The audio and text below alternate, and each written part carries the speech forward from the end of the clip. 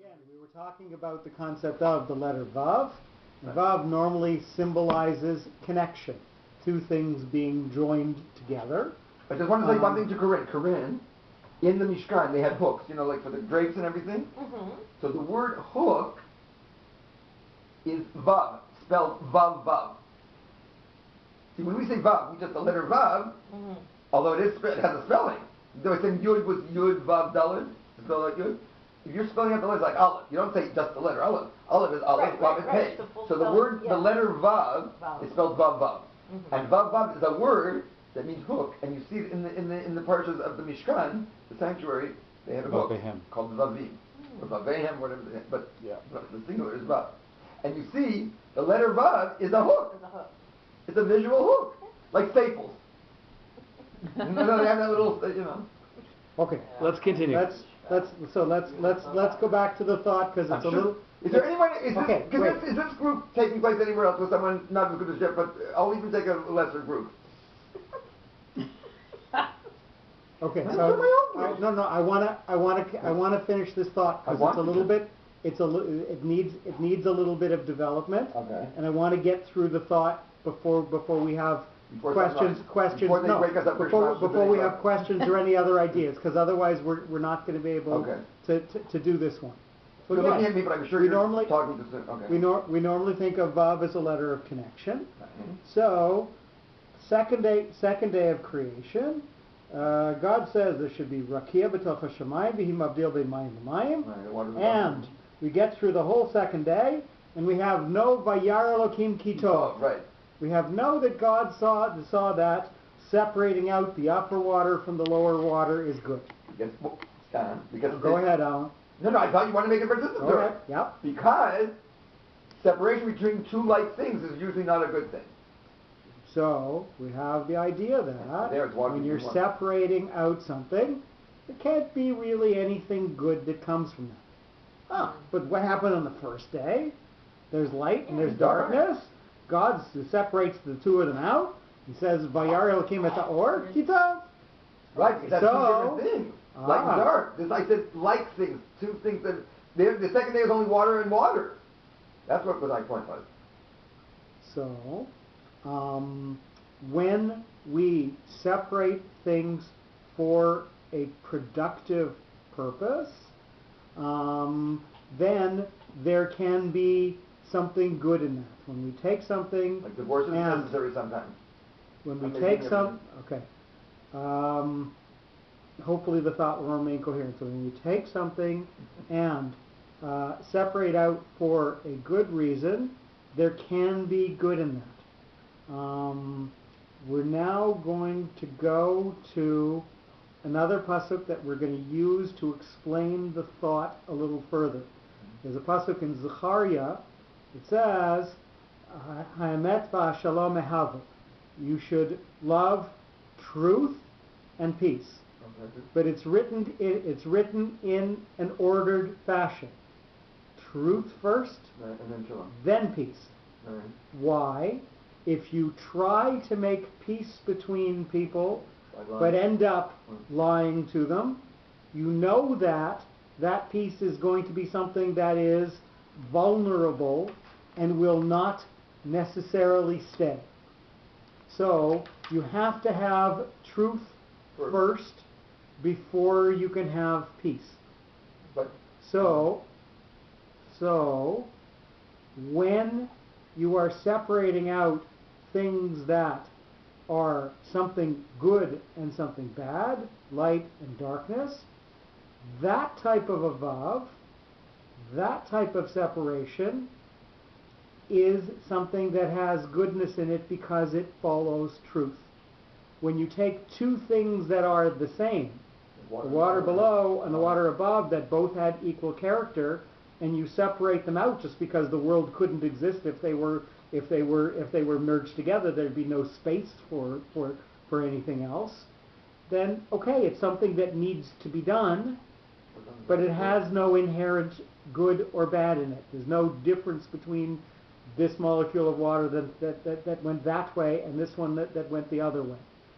So in order to maintain good sometimes you need to draw a firm line and say, this is good and that's not good, and you actually have to divide things in order to make clarity between good and bad.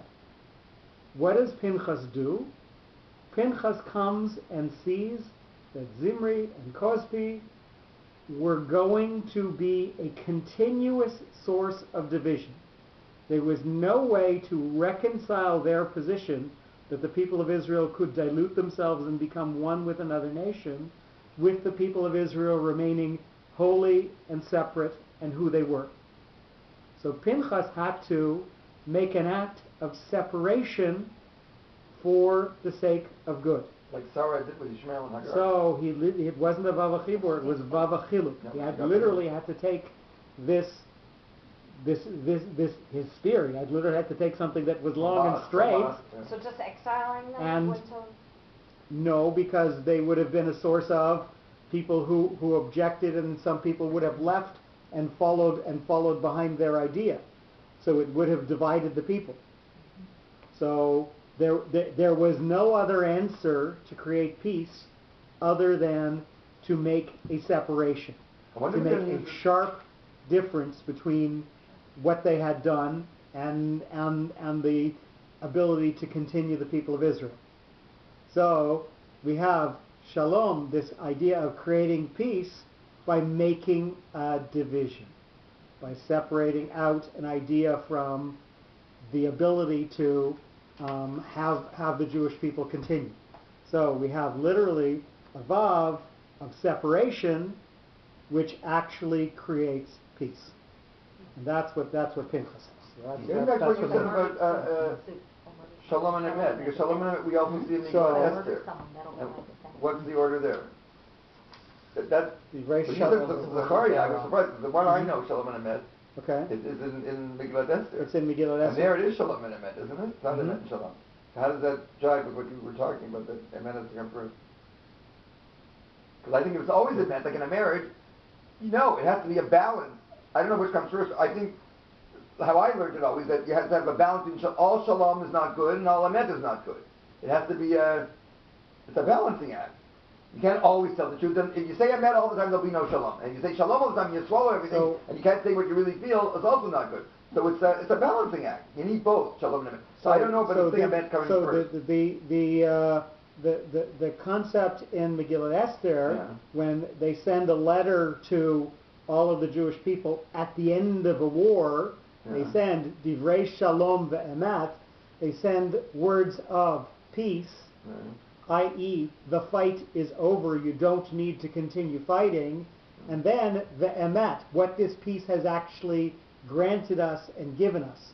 So in that particular circumstance, Shalom was more important than Emet, because in fact the Emet was hidden within the Shalom. So this is exactly with the concept of Purim, the Nahafochu, that things are turned upside down, that you have to look at something and realize, oh, it happened backwards. Why did it happen in the first place? So the fact that something is turned over inside Megillat Esther and is backwards from the way that the concept should be is exactly what Megillat Esther is about. So the Nahafochu. But I don't see why Emet should be first anyway, because what I said before, if you have all Emet, you won't have Shalom.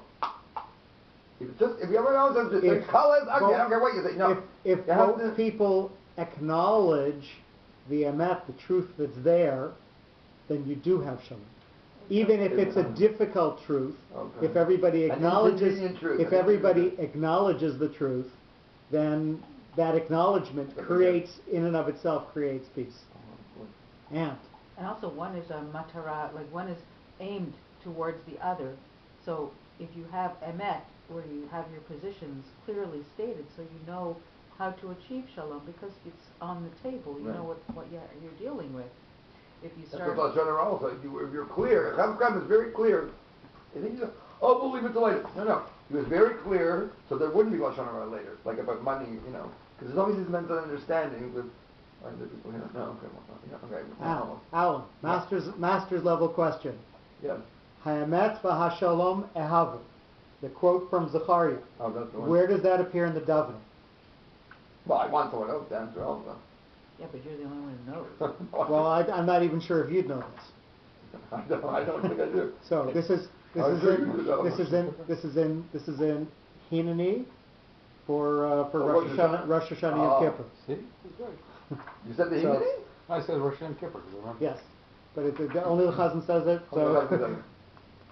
So that's a difficult reference. I usually talk in the Hineni because then he's getting, it's for the cousin, and this is my only chance to talk, because this is the longest one I say, I'll never get a chance again. Okay, so we're going to move on. We are now in Pinchas, if you're following along, Perek Kaf Vav, Pasuk Aleph, and Pasuk Aleph. Since you mentioned That's Kaf in Vav, Balak.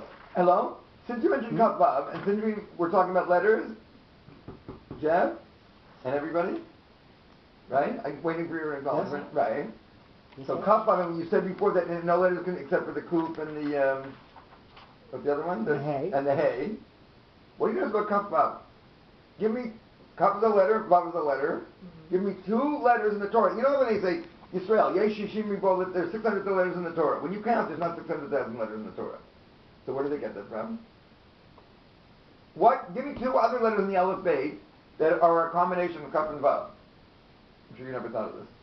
If you're a 2 other letters? 2 other letters, the way you write them as a cipher is, Like a kuf, you said. no, not Kuf. Like bait? Like, you mean Same like way you know visually that it looks like? You know the way Aleph, they say Aleph is a Vav and 2 Yuds, right? Oh, okay. You know what I mean? Okay, so Kaf and Vav together. Kaf and Vav together if you are, move there's them 2 other, together. now there's 2 other letters in the Hebrew Mem. alphabet. They're like mem. Mem is one of them. If you look at that cipher estimated, when you study ciphers, which I did, you write Kaf and a Vav next to it, and it makes a Mem. No. Okay, Because of so the Okay, he's Kaf showing you. and Vav, if you move them together, It makes a Mem. you And that get cipher doesn't. a mem. Right. Well, no, I wouldn't Some. close it like that's not a Mem. Okay, Don't well, close it. That looks like a sama. Don't close it. Don't close it. You did a boo-boo. Yes. Okay. I didn't think you were going to close it the last minute. And what's the other Also one? writing upside down. Give someone else a chance. Come on. Also a Kaf and a Vav. Not a song? No, There's you your did. mem. Let's see the new one you did. There's your mem. Right. Yeah, much better. Okay, what's the other one? Not a song. Okay. Now you see when they say 600, not a summer? No, not a summer. But this is side by side. The other is one on top of the other. Wow, big hint. No? The tallest letter. What's the tallest letter? Lamed. Lamed. Write a lamed made out of a Kaf and a Vav. Oh, a lamed and a vav. Uh-huh. Not a lamed and a Vav, a Kaf and a Vav. I said what other letters? See? A Very mem good. and a lamed are also made out of a Kaf and a Vav. Lovely. Oh, I see what you're Okay. saying. Oh, I didn't think you could move it, but you I tried to said close you- it up. I did Okay. say side by side. I said, what 2 other letters in the Aleph Beit are made up of a Kaf and a Vav? Now you understand when they say, not an Aleph, an Aleph is they say is a Vav and a Yud and a Yud. But anyways, what I'm saying is, and a Chet is either 2 Zions or a Vav and a Zion. If you study Torah, they tell you how to write the letters. They say it's a 2 either Vav or 2 Zions, right? Do a Chet with 2 Zions. Okay, no. Okay, So now you know what I'm saying. Okay, fine. So now we're gonna take what we've just done. Kaf also has an implication of kaf, the palm of your hand. Right, Vav has the implication of connecting two things, a hook. right. If you take a kaf, what you do in your hand, and you connect it to what somebody else would do, then you are lamed, you are You're learning. teaching. Uh-huh. Interesting. Oh, when he says something different, when I say no, you're fine. I don't care. Okay, no, but we've taken You're what basing you it- said, right, and building we've on it. also given it meaning. Good. And Also, if- Kavvav, by the way, you know that Kavvav is the gematria of Yud Kei Vav Kei, so it's not just that, you Mhm. see everything Some something is about little. Kavvav. Yeah, I always joke And with her, then I don't know if I should say this. but- Mal. The same way you said Kav and Vav, you say Kav and Zion, or whatever. She got, I know, Sue is my wife. No, phone her right now, I can't wait anymore, enough of that. And Rabbi Karoff was born on Kav Zion, and he laughed his head off. So Did you get that, Jeff? You're a doctor. I'm sure You're people on- come to you you're on- with vacuum cleaners. Yeah. You're on YouTube International, just so you know. Are you? That's why I hate that thing. Nothing is private anymore. Oh God. The louder you are, the more they hear you.